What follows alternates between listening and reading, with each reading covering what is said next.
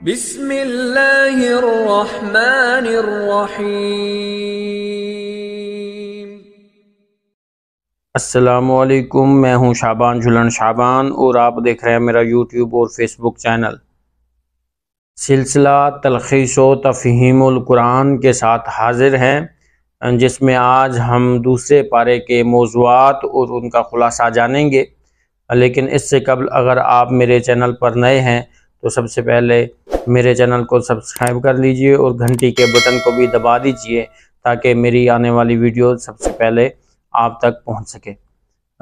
ناظرین، آج ہم دوسرے پارے کے بارے میں بات کریں گے۔ اس پارے میں 4 باتیں ہیں، جس میں سب سے پہلے نمبر پر ہے تحویل قبلہ، نمبر 2 پہ ہے آیات برا یا آیات بر اور ابواب برا یعنی نیکی، نمبر 3 پہ ہے قصہ طاعون اور نمبر 4 پہ ہے قصہ طالوت۔ تحویل قبلہ یعنی پہلے موضوع کی بات کر لیتے ہیں۔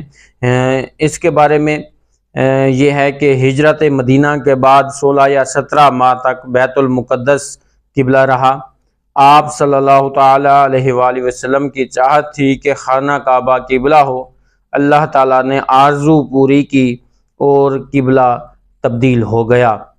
اسی طرح دوسرا جو موضوع ہے وہ ہے آیات برا اور ابواب برا۔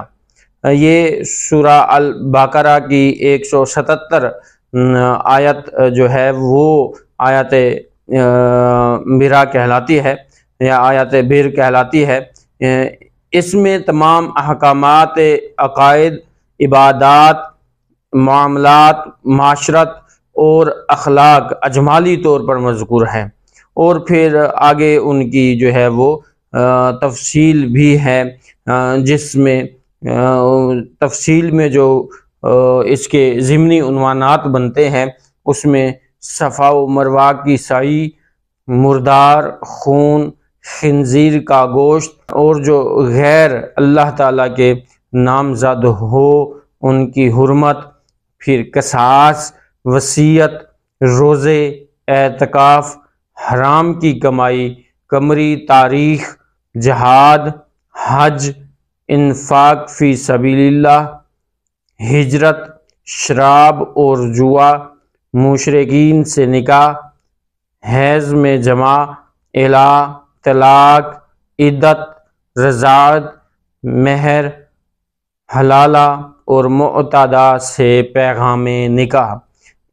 اسی طرح جو تیسرا موضوع ہے وہ ہے قصہ طاعون۔ اس میں ہے کہ کچھ لوگوں پر طاعون کی بیماری آئی، وہ موت کے خوف سے دوسرے شہر چلے گئے۔ اللہ تعالیٰ نے 2 فرشتوں کو بھیج کر انہیں موت دی تاکہ انسانوں کو پتہ چل جائے کہ کوئی موت سے بھاگ نہیں سکتا۔ کچھ عرصے بعد اللہ تعالیٰ نے ایک نبی کے دعا مانگنے پر انہیں دوبارہ زندگی دے دی۔ تو اسی طرح نمبر 4 اور آخری موضوع جو ہے وہ قصہ طالوت ہے۔ طالوت کے لشکر نے جالوت کے لشکر کو باوجود کم ہونے کے اللہ تعالیٰ کے حکم سے شکست دی۔ اسی طرح ناظرین، دوسرے سپارے کے بارے میں ہم نے جان لیا۔ انشاءاللہ مزید جو ہے وہ ہر روز ہم اگلے سپارے کی طرف جانیں گے۔ اللہ تعالیٰ ہمیں ٹھیک معنی میں قرآن مجید پڑھنے سمجھنے کی توفیق عطا فرمائے۔ صدق اللہ العظیم۔